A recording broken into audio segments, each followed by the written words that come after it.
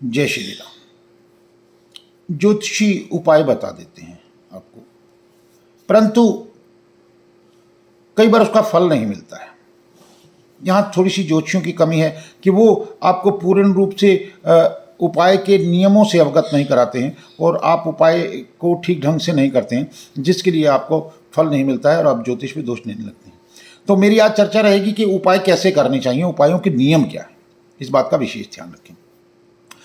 जब भी हम किसी ज्योतिषी के पास जाते हैं तो वो 8, 10, 20 आपको उपाय लिख कर देता है, और सही ज्योतिषी जो होगा वो तो आपको 2 या 3 उपाय ही लिख कर दे देगा। लेकिन काफ़ी बार ऐसा होता है कि बहुत सारे उपाय लिख दिए जाते हैं। ये अपनी अपनी विचारधारा है। एक ही दिन में एक ही उपाय करना चाहिए। एक दिन में अगर हम 2 उपाय कर लें तो उसका शुभ फल नहीं मिलता और दोनों उपाय निष्फल जाते हैं। दूसरी चीज, उपाय सूर्य निकलने के बाद सूर्य अस्त से पहले पहले करना चाहिए।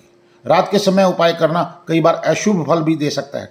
केवल चंद्र ग्रहण का उपाय ही रात्रि को होता है, और एक जो है सूर्य 6 या सूर्य 7 का जो रात को आग जलाकर कच्चे दूध से बुझाने का उपाय है, केवल वही रात्रि को होता है। बाकी सभी उपाय जो हैं वो दिन में करने चाहिए।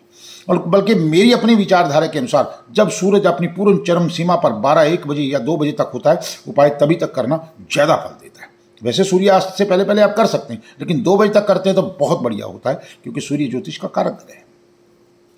इसके अलावा जिस उपाय को सूर्यास्त के बाद बताया गया है, केवल उसी उपाय को सूर्यास्त के बाद करें।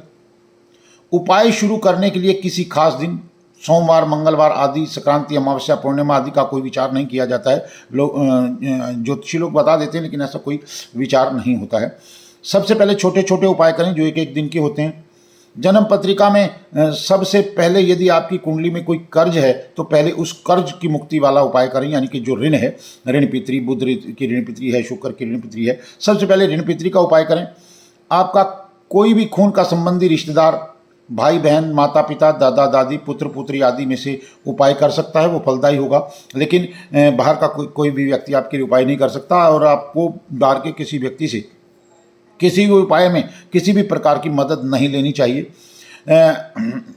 8, 12, 27, 43 दिन के उपाय लगातार करने होते हैं। इनमें किसी भी एक दिन का गैप ना हो। एक दिन का भी अगर गैप आ जाता है तो उपाय निष्फल हो जाता है। मंदिर वाले उपाय स्त्रियों के लिए 5 दिन वर्जित होते हैं, बाकी सभी उपाय कर सकती हैं। वो उपाय 5 दिन खून से संबंधित उनके घर का कोई भी सदस्य कर सकता है, ये बात याद रखें। और इमरजेंसी में अगर ऐसा भी नहीं है, कोई घर का व्यक्ति भी नहीं है, तो ऐसी परिस्थिति में लाल कपड़े के अंदर थोड़े से चावल बांध कर रख लें।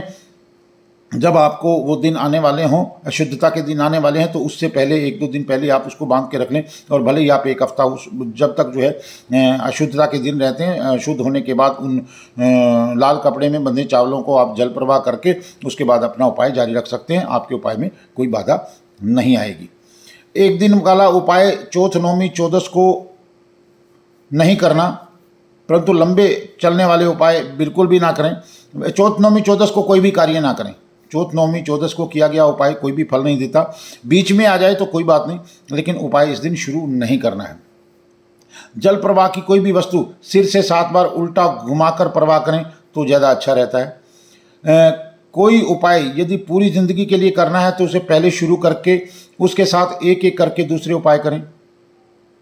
जमीन में दबाने वाली चीज का औजार वहीं छोड़ कर आएँ। जिस चीज़ से आपने ज़मीन में दबाने के लिए कोई सामान ले गए हैं और जिस चीज़ से आपने खोदा है, तो उस खोदने वाली वस्तु को वहीं छोड़ाएं, उसको लेकर नहीं आएँ।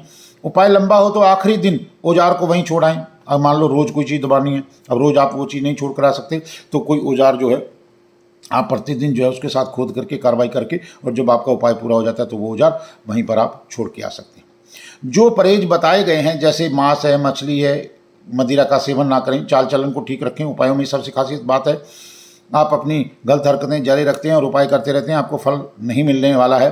झूठ ना बोलें, जूठन ना खावें, ना ही खिलावें। किसी का जूठा नहीं खाना चाहिए उपाय के दौरान, ना ही अपना खिलाना चाहिए। नियत में खोट ना रखें, पर स्त्री पर पुरुष से संबंध ना रखें आदि का विशेष ध्यान रखें। दूसरा, जब आप उपाय करने के लिए घर से बाहर निकलते हैं, जब आप उपाय करके वापस आते हैं तो सीधा घर आइए, रास्ते मत रुकिए, ना ही रास्ते के यहाँ कहीं चाय आदि का कोई किसी के साथ संबंध बनाइए, ना चाय पीजिए, ना खाना आदि। जो सीधा उपाय करने के लिए घर से चलें और उपाय करने के बाद सीधा पहले अपने घर पे आएँ, फिर आप कहीं भी जा सकते हैं। हर उपाय 43 दिन, 43 सप्ताह, 43 माह, 43 वर्ष तक करना होता है। उपाय चलते समय बीच में टूट जाए, चाहे वह 39वां दिन ही क्यों ना हो, सब निष्फल हो सकता है। इस बात का आप ध्यान रखें, शुभ फलों में कमी रहेगी। जो उपाय जिस समय के लिए लिखा है उसी समय तक करें, आगे यह उपाय बंद कर दें। ऐसा नहीं है आपको 43 दिन का उपाय बताया गया तो आप 44वें दिन उपाय करें, आपको उपाय नहीं लगेगा, वो गलत हो जाएगा। इसलिए उतने दिन ही उपाय करें, ना ही कम करना है ना ही आपको ज़्यादा करना है। जन्म कुंडली में अशुभ ग्रहों का वर्षफल। कुंडली में उपाय अपने जन्मदिन से लेकर 40 से 43 दिन के भीतर करें। वर्षफल के उपाय 7 दिन तक भी आप कर सकते हैं। घर में कोई सूतक बच्चा का जन्म हो या पातक कोई मर जाए तो 40 दिन उपाय नहीं करने चाहिए, आपका उपाय फल नहीं देगा, इस बात का ध्यान रखें। बुजुर्गों के रीति रिवाजों को ना तोड़ें और संस्कार पूरे रखें। हमारी पंजाबी में कहावत है, रीता दा खटिया हर कोई खांदा है। इसलिए अपनी रीति रिवाज को पूरा, घर की परंपराओं को पूरी तरह से मानें, तभी आपको उपाय पूर्ण फल देते हैं। जय ज्योतिष, जय श्री राम, जय श्री बीराजी महाराज। आप सभी को शुभ आशीर्वाद।